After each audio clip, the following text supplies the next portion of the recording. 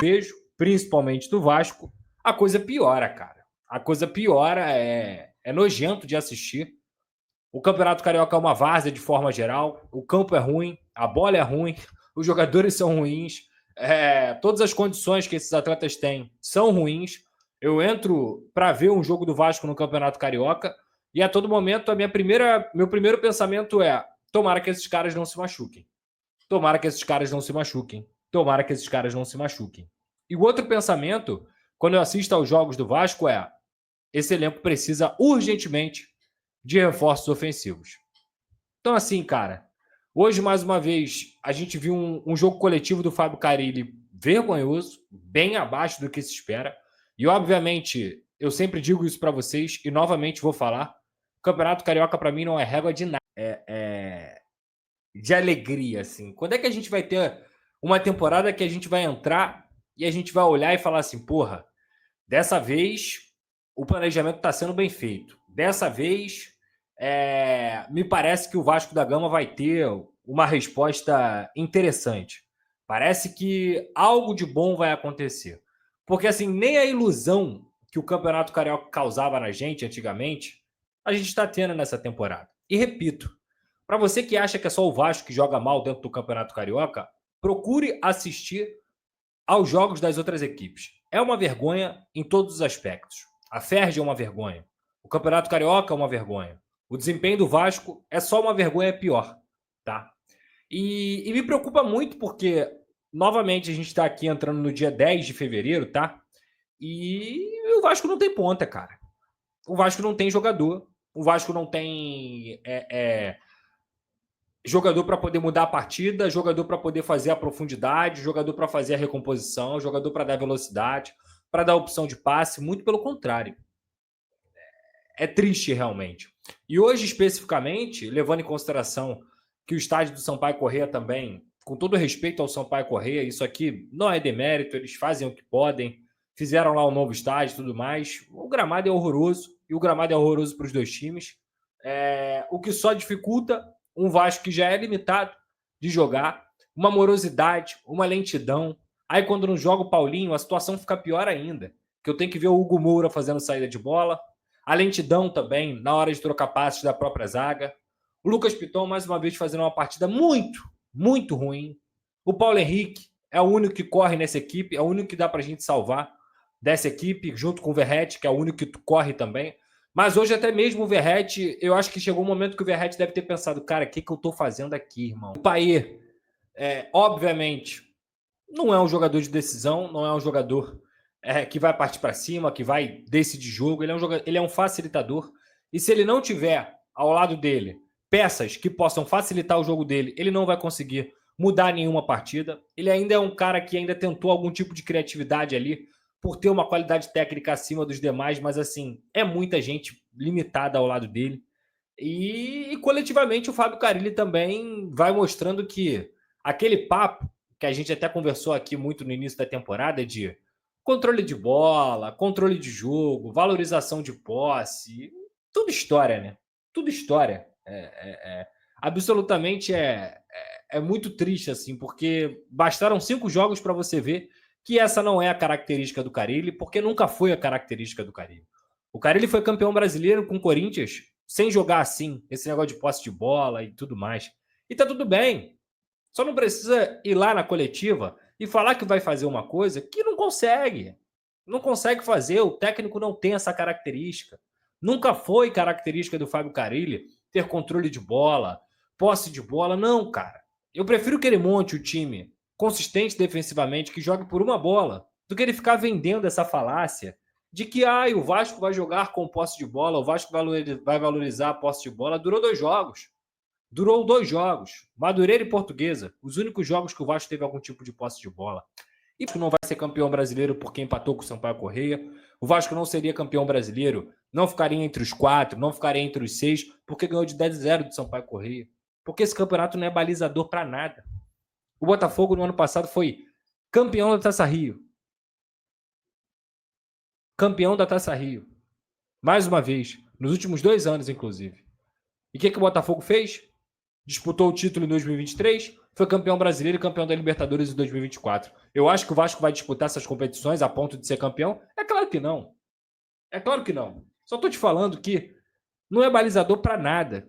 Aí tem uma galera que falou assim pra mim: pô, Pedrosa, mas o Flamengo meteu 5 com o time reserva. Pô, tu já deu uma olhada no time reserva do Flamengo, cara? Já deu uma olhadinha? O time do... é sacanagem. O time reserva do Flamengo, cara, tem o Danilo, o Ayrton Lucas, o Arrascaeta, o Juninho, o Luiz Araújo, o Everton Cebolinha. Não tem como comparar, cara. O time reserva do Flamengo é muito melhor do que o time titular do Vasco. Entendeu? E aí, pra sábado, tu acha que eu tô preocupado com o jogo de sábado? O jogo contra o Flamengo? O jogo que o Vasco vai ter um clássico? Eu só não quero ser sapecado de novo. A situação, cara, é... O que eu ouvi das minhas fontes é que há negociações em andamento. Mandar um abraço aí pro meu amigo detetive vascaíno, que fez a apuração do Benjamin Garré. Essa apuração procede.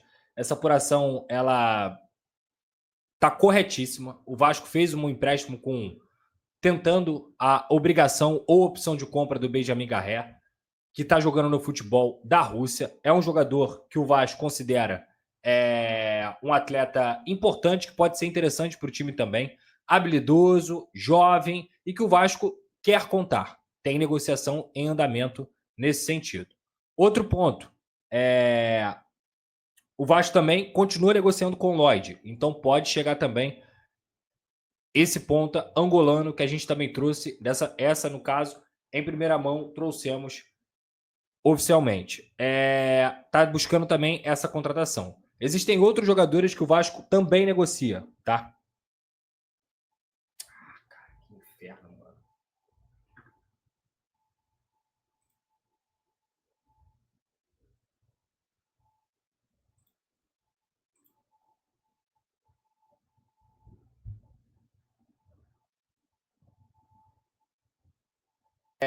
Encaminhadas aí com o Benjamin Garré, tá acontecendo essa negociação. Negociação tá em fases finais de conversas, mas tem que esperar, não adianta eu falar aqui para você aqui que tá fechado ou algo do tipo.